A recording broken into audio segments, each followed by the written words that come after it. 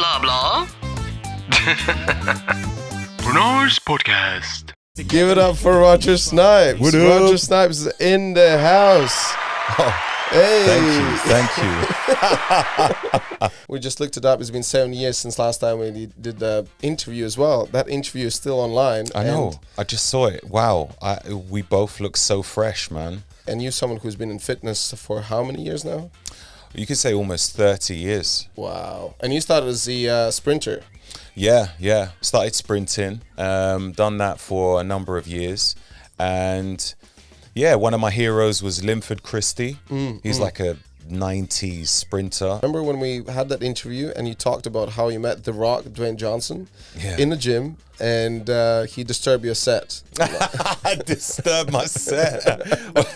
He asked if he could use the equipment, but yeah, he interrupted me. No, never.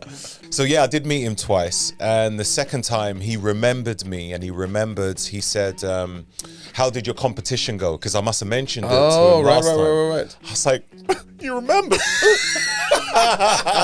And it was good. You know, winning trophies and stuff, got the opportunity to travel. But one thing I wasn't really feeling about it was it wasn't a true representation of health. In the field of bodybuilding, I think a lot of people know there's a lot of performance enhancers. I never touched any of that stuff. But even if you're just involved in competing, people just assume it takes salt out of your diet for like a couple of days while you drink like excessive amounts of water, like maybe like 5 to 8 liters of water. Jeez. Some dumb shit. It is really dumb shit. Just so I can look a certain way. Like, yeah, you'll look tight and shredded, but that's just visible shit. That's insane. not good for your health. You have your podcast. How many episodes have you done now? I think the last one was 115. 115 episodes. I shot her a message and she responded, and I was like, oh my God, wow. That is insane. Yeah. Because I literally thought like, oh, there's this lady who was on Joe Rogan's podcast. That is the same one. Yeah, the same lady. Blah, blah, blah. Tell me more.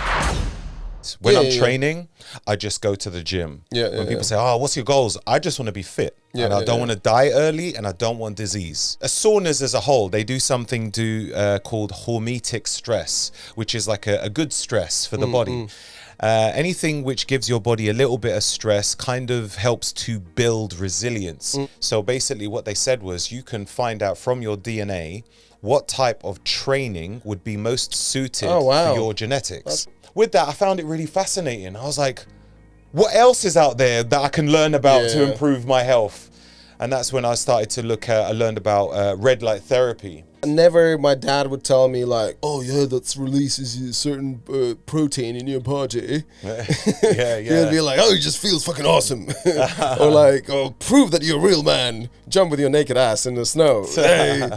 Eventually, like an elastic band, you'll spring in the opposite direction. Right. And it's same when you're low. Like when you're really low, you'll find at some point you'll fly really high.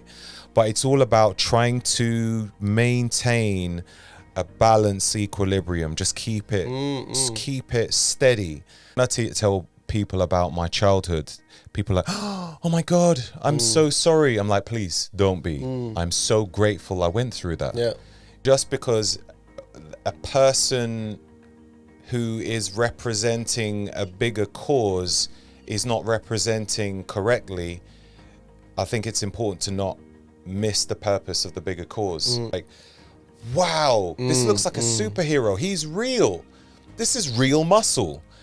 Not like when you watch Superman, he's flying around, which is all incredible, but he had a very average physique. There was even a part where he was competing and he forgot his trunks. Yeah. He borrowed sweaty trunks from someone else. That's dedication. You know, that to me is what love really is. And it made me question, have I even loved?